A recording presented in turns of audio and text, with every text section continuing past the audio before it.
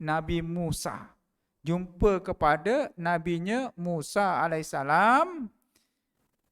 Riwayat menyatakan di sini ada dua perkara. Satu, kaum Bani Israel jumpa Nabi Musa alaihissalam. Yang pertama, niatnya sengaja meremeh-remehkan kebijaksanaan Nabi Musa.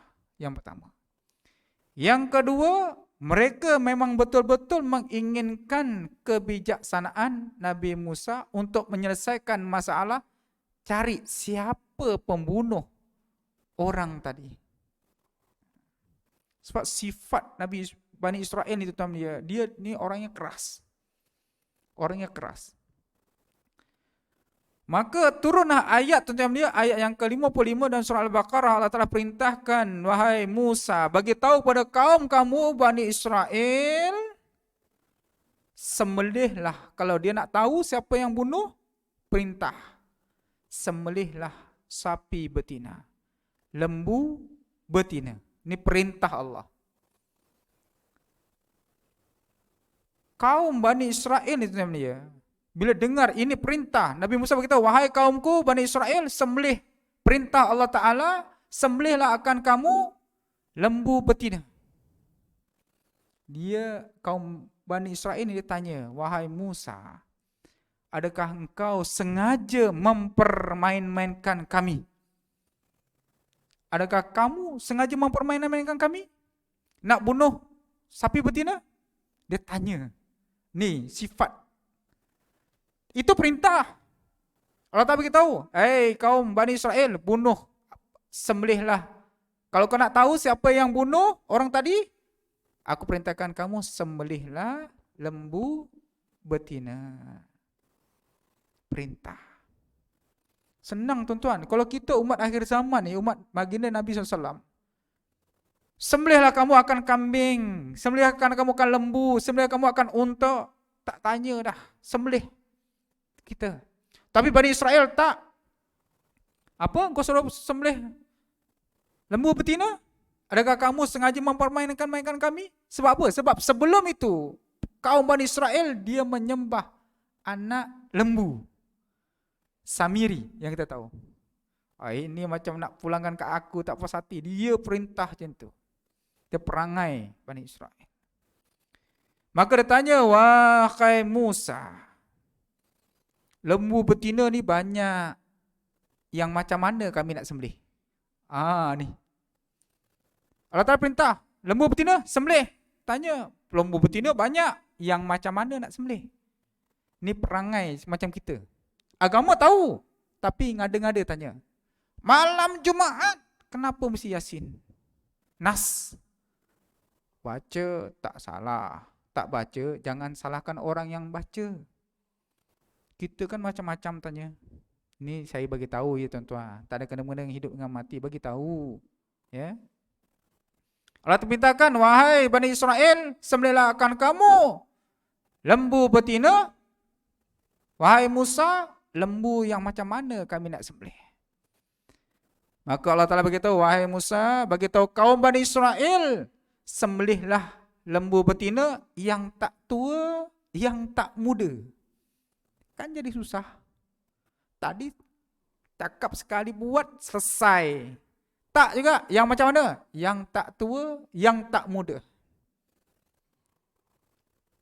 Musa AS beritahu, wahai Bani Israel, wahai kaumku, sembelihlah akan kamu lembu betina yang tak tua sangat, yang tak muda sangat, yang sedang-sedang.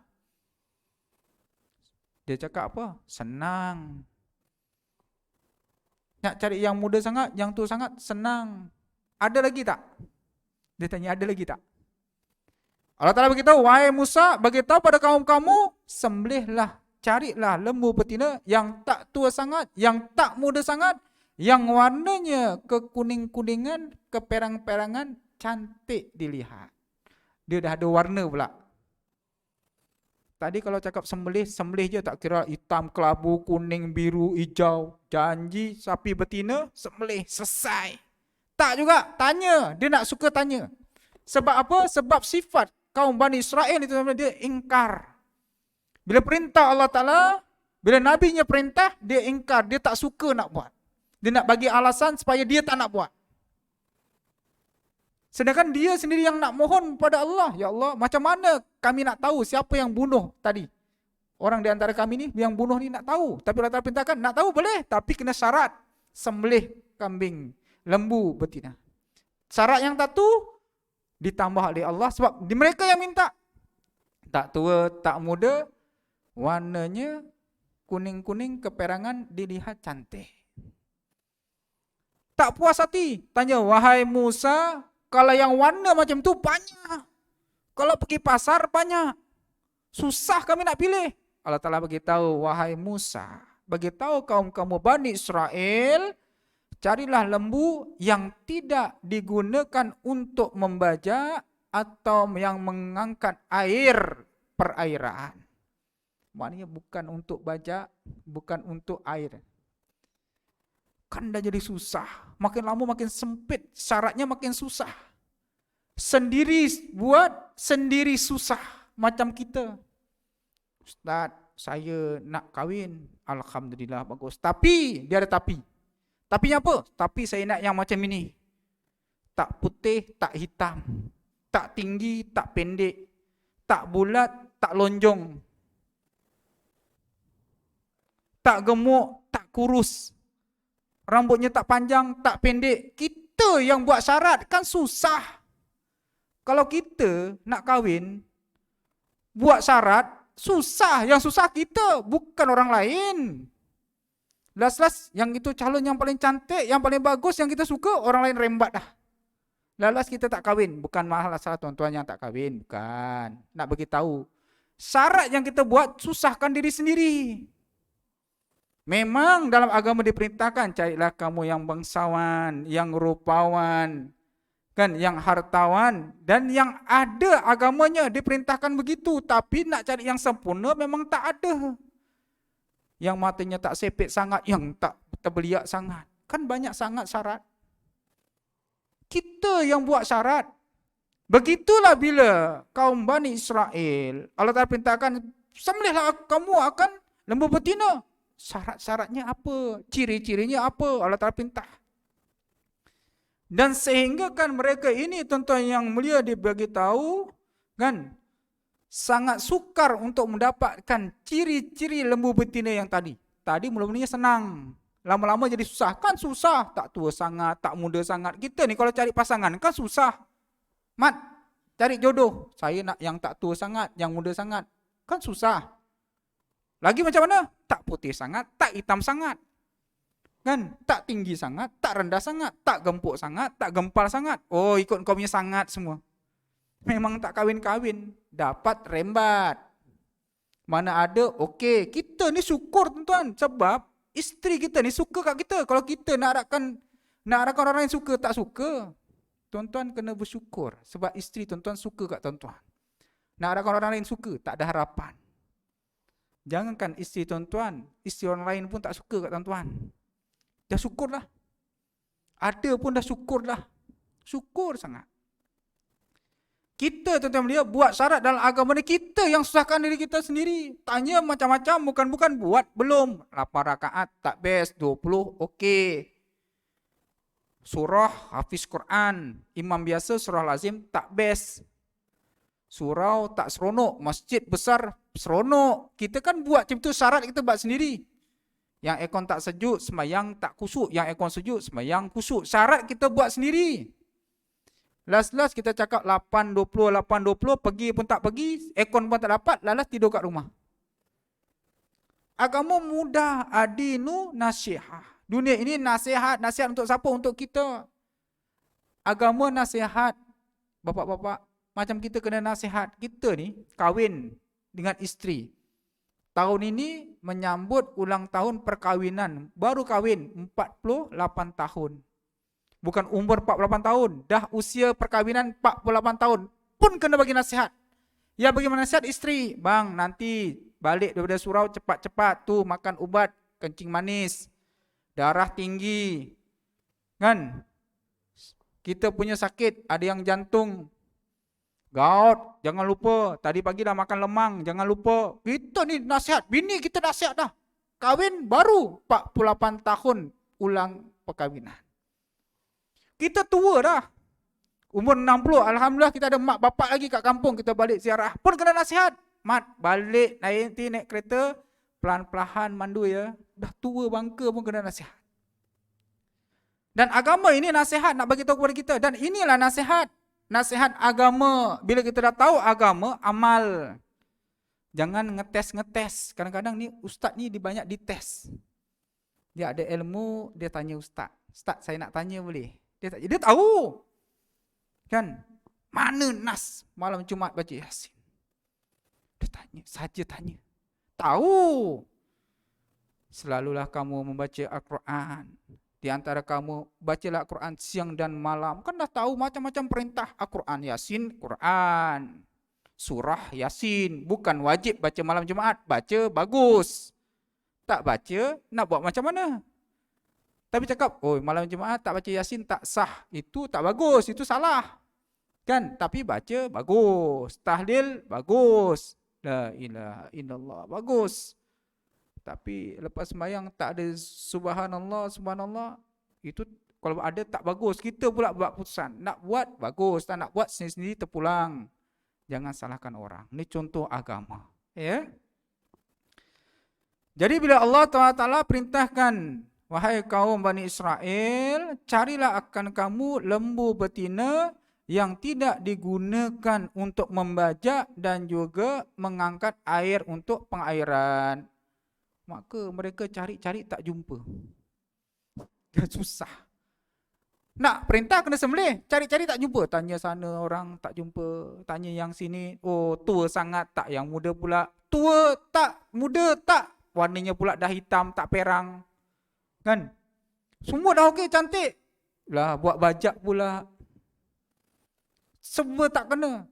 Sehinggakan mereka jumpa kepada satu orang lelaki soleh yang memelihara lembu betina, iaitu kepunyaan anak soleh yang menjaga lembu warisan. Jumpa. Cari-cari jumpa. Betul. Tak tua, tak muda, keperang-perangan, warna keperang-perangan, tak dibuat berbajak, tak dibuat dengan pengairan. Dan lelaki yang soleh ini, tuan-tuan melihat, telah banyak kali cuba untuk menjual lembunya di pasar, tetapi orang tak nak beli. Bila nak jual, tanya, tua tak, muda tak, warna perang, cantik, buat bajak, tak boleh. Aku nak jual ni bukan untuk bajak. Nak jual untuk sembelih, tak boleh. Sebab dulu zaman Bani Israel, lembu kerjanya untuk bajak, baru ada manfaat. Tapi orang yang soleh ini dia memang tak nak jual. Kalau kau nak jual untuk bajak, aku tak jual. Aku nak jual untuk sembelih sahaja, korban. Dicari, jumpa kaum Bani Israel, jumpa tadi, maka dia nak beli. Boleh beli, dia cakap, tak ada masalah. Aku boleh jual dengan syarat. Ada syarat. Ada syarat. Dia tahu dah, memang lembu cari kat mana pun tak akan jumpa. Cuma lembu dia je, seekor dia. Dengan syarat, kamu timbang lembu ini, beratnya sama dengan berat emas. Kawus. Padan muka. Pilih sana, pilih sini. Satu ekor tu je yang ada. Ditakdirkan satu ekor tu, saya boleh jual dengan syarat timbang berapa berat lembu ini, harganya seberat emas. Beratnya lembu tu berapa kilo, itulah harga emas pun ditimbang. Nilainya bagi saya bagi lembu. Agama mudah. Yang cari susah kita. Perangai sama macam kaum Bani Israel. Agama mudah, takbir boleh, panjang tak salah, pendek okey. Doa lepas sembahyang okey, tak doa sendiri-sendiri. Jangan komplain yang doa. Selawatan sallallahu ala Muhammad. Wih, kok selawat lepas maghrib? Nak selawat boleh, tak nak selawat sendiri-sendiri. Jangan komplain. Mudah. ceramah satu kampung, selawat, surah maksum, selawat. Selawat salam kereta api. Dulu kan salam kereta api. Tadi nak sampai kereta apinya sikit, pendek, putus-putus. Dulu panjang. Boleh, apa susah nak buat? Boleh tak nak duduk, jangan komplain. Benda bagus, kena baik. Bila nak selawat, entah, tak tahu bila. Komplain aja kita ni. Berbanding-bandingkan, agama mudah. Allah Ta'ala perintah buat. Baik, insya-Allah bagus, tak ada masalah. Buatlah tuan-tuan. Saya nak bagi orang makan buka puasa. Saya nak bagi orang bukan buka puasa. Nak bagi orang saja nak bagi makan sedekah. Boleh, tak salah. Tak semestinya lemang satu batang RM17. Tak semestinya. Jadi nak bagi makan, ada lemang nak beli. Itu harga berapa? RM6. Murah sangat. Macam tak sah pula nak bagi sedekah. Tak ada nilai. Bagi niat lillahi ta'ala. Bagi makan yang terbaik. Tak sempat masuk tajuk ni rasanya. Dan dikisahkan tuan-tuan yang mulia, apabila mereka telah mengumpulkan semua harta, semua kaum Bani Israel simpan semua harta dia, emas mereka semua lepas, ambil, kumpul, timbang berat sampai mereka habis emas-emas mereka, dapat dah membeli lembu betina tadi dan mereka sembelih dengan izin Allah SWT. Sebahagian lembu tadi ini dipukulkan kepada mayat jenazah. Bangkitlah dia dan menyatakan yang bunuh aku ialah Fulan bin Fulan. Baru dapat cerita. Itu perintah. Sebab itu kaum Bani Israel tuan-tuan mulia, zaman Nabi Musa AS, bila mereka nak bertaubat, syaratnya pada masa itu kena bunuh diri. Aku taubat, bunuh diri, mati. Itu taubat dia, kita tak boleh. Kita punya taubat, nangis, taubat nasuhah, selesai, istighfar, kan syariat dia tak sama dengan kita. Itu dulu. Ya. Baik, masuk tajuk. Sempat lagi insya-Allah, pendek je tuan-tuan. Ya. Bagi tahu tu bukannya apa, sebab ada orang komplain. Saya bagi tahu tu sebab ada orang komplain, saya cakap. Ya. Jangan banyak tanya. Jangan suka ngetes-ngetes, kan? Tak tahu agama tanya bagus, tahu agama buat tanya itu tak bagus. Tahu dah saja tanya, kan tes. Jangan tuan-tuan ya. Kita untuk memperbandingkan mendapat lebih mantap tak ada masalah, ya. Baik. Bila masuk Syawal, ada 3 perkara yang biasa kita lakukan, iaitu yang pertama, minta maaf. Minta maaf itu mudah, memaafkan orang itu yang susah. Saya ulang balik. Minta maaf mudah, memaafkan orang is susah.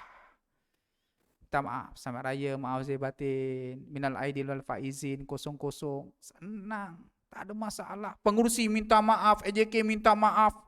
Kita yang sembahyang saf pertama tiap-tiap malam kita sembahyang tarawih 30 hari, malam ni tak cukup 29 tahun ni kan. 29 tarawih, alhamdulillah, qiyamul lail tak ada masalah, iktikaf 10 Ramadan terakhir okey, ngaji Quran, tadarus okey, buka puasa, bagi orang sedekah, bagi makan orang buka puasa, tak ada masalah, zikir, semua cantik bulan Ramadan. Minta maaf, tak ada masalah. Memaafkan orang, itu ada masalah. Walaupun kita orang surau, orang masjid, saf pertama, kita ada 5 beradik, 4 ustaz pergi rumah dia, tak ada masalah. Tapi yang satu, yang ni jangan cerita ustaz. Langkah mayat saya dulu. Dia main langkah mayat. Sembayang okey, tadarus cantik. Kita punya tarawih cukup, tak ada masalah. Takbir raya cantik, baca pun masya-Allah. Allahu akbar, Allahu akbar, Allahu akbar. Saya tak kuat nanti orang lain dengar ingatkan raya. 5 beradik, 4 okey, 1 yang ini jangan. Luka lama tak akan berdarah kembali. Minta maaf mudah, minta maaf zahir dan batin 00, tetapi nak maafkan dia terasa, ya Allah, kan? Walaupun kita rasa ini macam Ramadan terakhir, kawan-kawan kita dah habis, semua dah meninggal, sakit dan sebagainya, kita rasa Allah, berubahlah ya Allah, kan? Kita cantik dah, cantik. Allah, ustaz bagi ceramah kan memaafkan itu lebih susah. Tahun ini kita berubah, Syawal masih ada lagi, tapi kita masih ada pilih-pilih rumah. Yang lain cantik, yang itu jangan sesekali sebut. Kita pun dah berubah tahun ini, tahun Syawal yang terbaik kita berubah. Kita bisik dalam hati kita, ya Allah, betul. Ada beberapa orang ni yang kita mesti simpan dan kita susah nak maafkan, dan tahun ini aku nak maafkan dia. Walau sebesar mana salah dia pun aku nak maafkan dia. Kita pun balik rumah minta bagi tahu kepada isteri yang besok Sabtu abang pun cuti, Ahad pun cuti, jom kita balik kampung. Bang, hari tu baru balik? Ya, hari tu balik 4 rumah. Yang satu rumah kita tak pergi rumah adik. Abang, dia macam ya. Sejak bila abang dengan adik baik? Kita dah okey dah. Isteri tarik handbrake. Abang demam panas ya? Kenapa bang? Kita okey dengan orang lain semua okey. Adik-beradik cantik. Mak bapak mertua tak berapa cantik pula. Balik kampung tak ada masalah. Duit ada. Bantuan dapat. Banjir walaupun lambat dapat. Okey. KWSP dapat 10K. Alhamdulillah. Bolehlah simpan. Boleh tak ada masalah buat. Tapi nak balik rumah adik-beradik okey.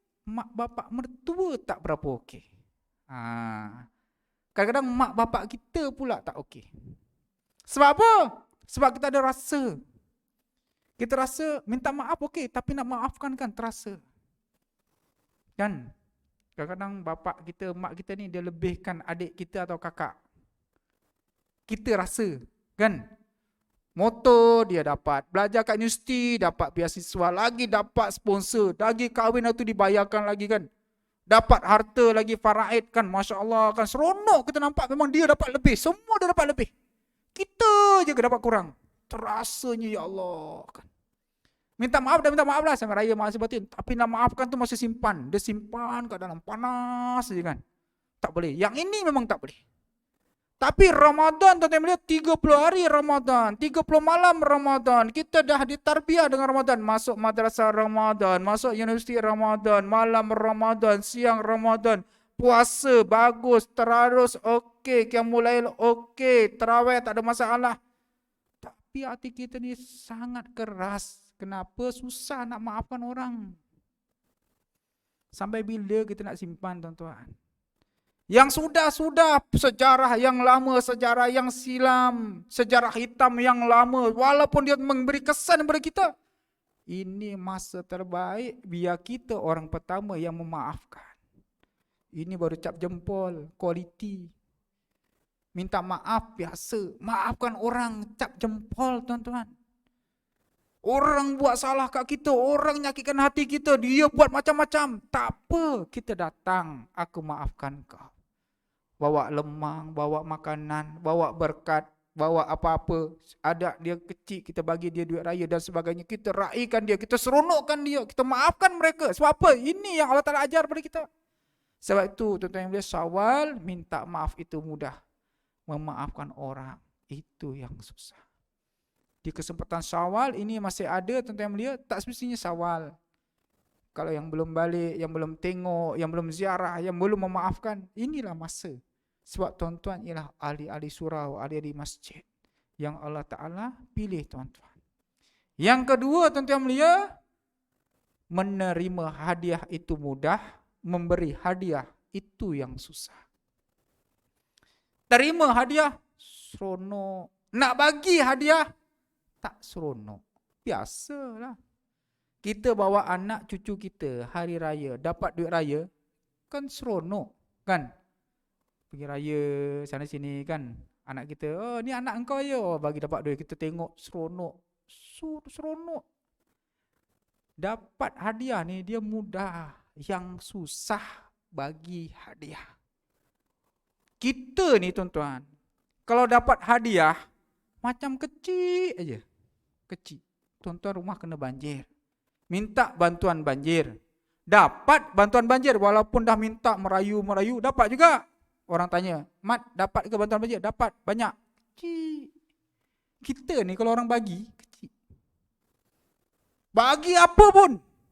Kan, bagi apa? Dapat, banyak. Sikit. Jarang kita cakap, gaji kau banyak? Banyak. Jarang. Dapat biasa gaji banyak? Sikit. Bolehlah cukup-cukup makan. Kan jarang. Kan? Sama kita ni bila dapat benda, kita cakap sikit. Tapi kalau kita bagi, nampak besar. Tabung lalu bagi RM1. Ui, lain macam tuan-tuan. Malam terawih, bagi. Berapa ringgit masuk? RM5. Besar. Tengok orang sebelah RM1, kita RM5. Macam besar. Kalau RM10, lagi besar. Cakap pun besar. Kepak tangan pun besar. Kalau RM50 nak keluar surau ni tuan-tuan dia, kena buka pintu sliding tu sampai habis semua. Tak boleh nak buka dah. Dia punya kepak punya besar. Kalau RM50 masuk kat tabung. Kalau 100 lagi kembang. Kita bagi rasa besar, bila kita dapat rasa kecil. Sedangkan tangan yang di atas lebih baik daripada tangan yang di bawah. Orang yang memberi lebih baik daripada orang yang menerima. Kita sepatutnya pergi rumah orang, apa salahnya kita bawa duit raya lebih? Kan? Anak kita dapat, kita bagi ke anak dia. Macam itulah baru betul. Kan? Ini kita ni tuan-tuan dia, mak bapak Ramadan cantik, tadarus okey, tarawih tak ada masalah. Tazkirah Ramadan tiap-tiap malam dengar. Bila sampai Syawal, belikan anak cucu beg duit. Masuk dalam, selempangkan, pergi rumah raya. Yang bawa orang-orang masjid, orang-orang surau bawa anak dengan cucunya. Kita nak mudahkan supaya tak cicir. Budak kecil bukan macam itu. Budak kecil buat apa? Sampai rumah orang dia buat apa? Dia buka. Dia kira.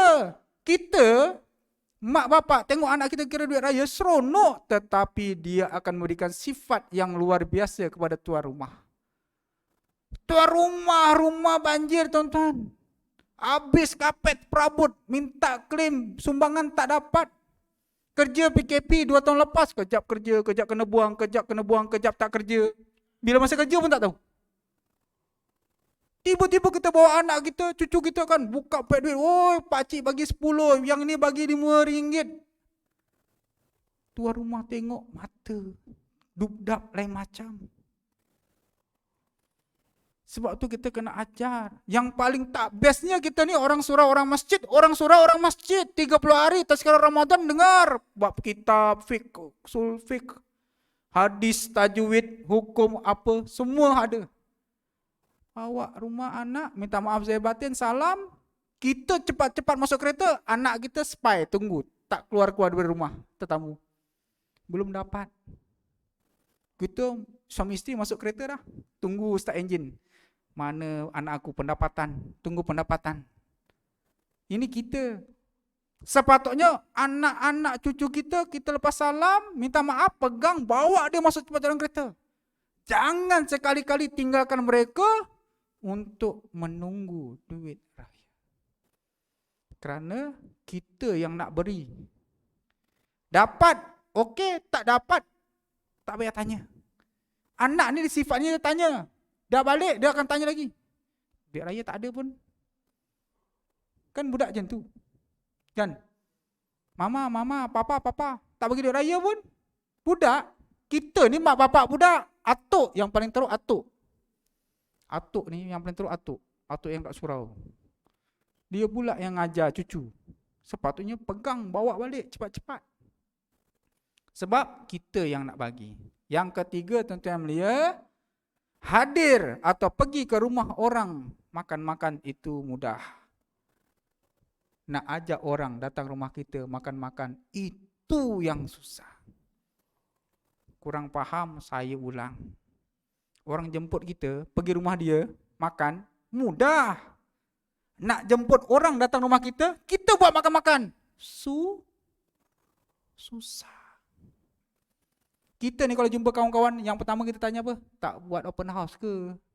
Kita pergi tanya orang. Mat, tak buat ke tahun apa open house? Kita tanya orang. Sedangkan memberi makan itu lebih baik daripada orang yang menerima makanan. Menjamu orang itu lebih baik daripada kita yang dijamu. Kan? Kita tak payah nak tanya. Yang paling teruk kita ni lagi best. Kan? Mat, bila nak buka open house? Kenapa tanya? Yelah, aku tak tahun dah buat dah. Kau bila nak buat? Kita macam itu pun ada. Kita buat tiap tahun. Tahun ni tak buat. Aku tak nak buat open house lah. Kenapa? Asyik aku je buat. Engkau lah pula. Macam ini pun ada. Terbalik tuan-tuan. Memang macam itulah sebagusnya. Dia jemput nak bagi makan, itu yang bagus. Kita jemput orang datang makan, itu yang bagus. Tak payah nak order, ini siap makan. Nanti aku datang rumah kau ya. Nak datang je lah. Baik, mana boleh kena cakap. Siapa? Sebab ada makanan istimewa. Laksa, mi hun sup, mi kari, kurang kan. Siap order. Aku nak datang rumah kau lah. Datanglah. Takkan suruh datang macam tu je kan. Masak-masak lah. Minta pula. Minta. Kau agak masak apa? Laksa. Laksa je lah. 6 rumah laksa. Tukarlah lain. Minta lagi. Macam ini pun ada. Terbalik tuan-tuan. Kan kita minggu lepas khatib baca apa? Adab bertamu. Kan? Adab bertamu, bila kita sampai rumah kita jamu orang. Yang pertama sekali, bila tetamu datang, cepat-cepat hidang. Yang kedua, ada kedua. Dekatkan hidangan. Cepat-cepat hidang, dekatkan hidangan kepada tetamu. Kita ni panggil orang makan. Meja makan sini, tempat hidangan sana. Silalah makan, layan diri. Macam nak tak nak je bagi. Duduk sini. Tempat makanan sana. Punyalah jauh. Tambahlah lagi. Dia nak jalan kulu-kile. Taktik dia, biar dia lagi lambat, lagi bagus. Tak habis makanan. Sepatutnya, cepat-cepat hidang. Dekatkan hidangan kepada tetamu.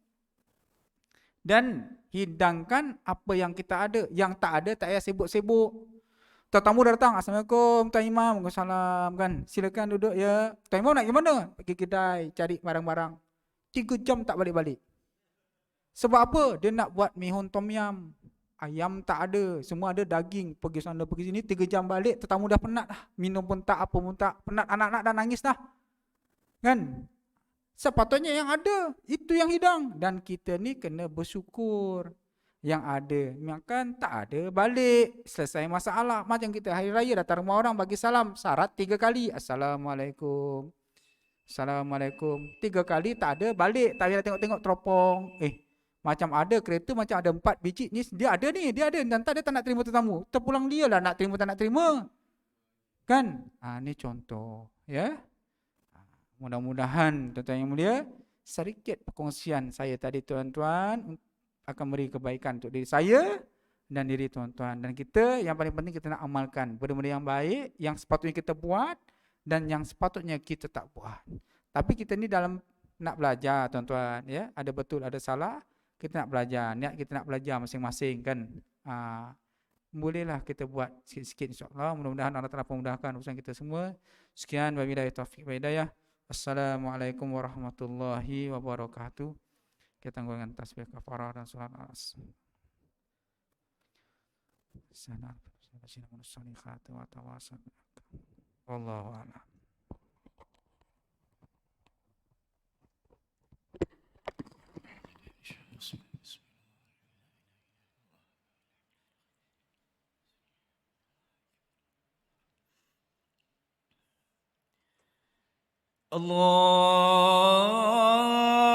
Allahu Akbar, Allahu Akbar.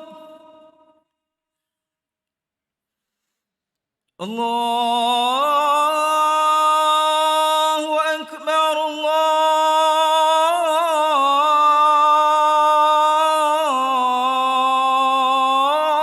Akbar.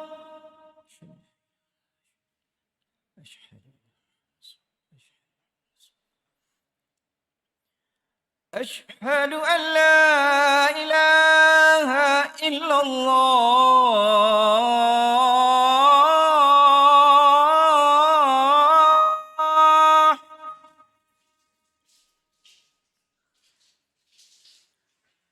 أشهد أن لا إله إلا الله.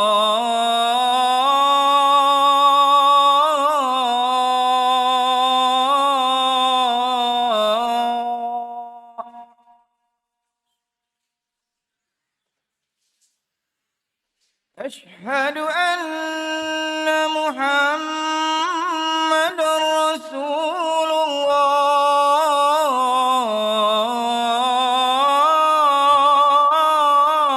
الله أشهد أن محمد رسول الله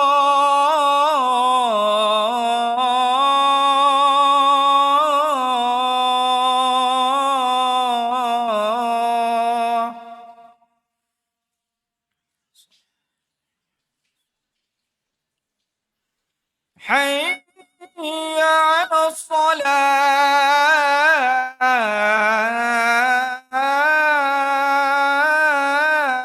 الصلاة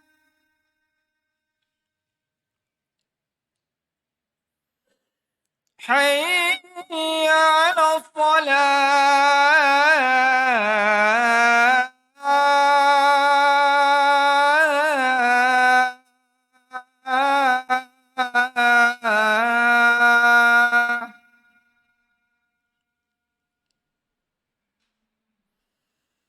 حي على الفلاح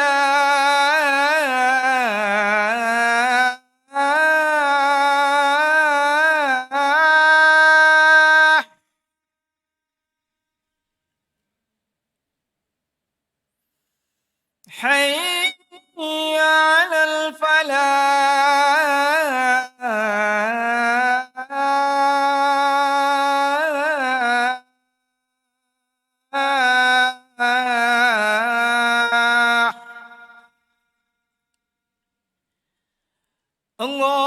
الله أكبر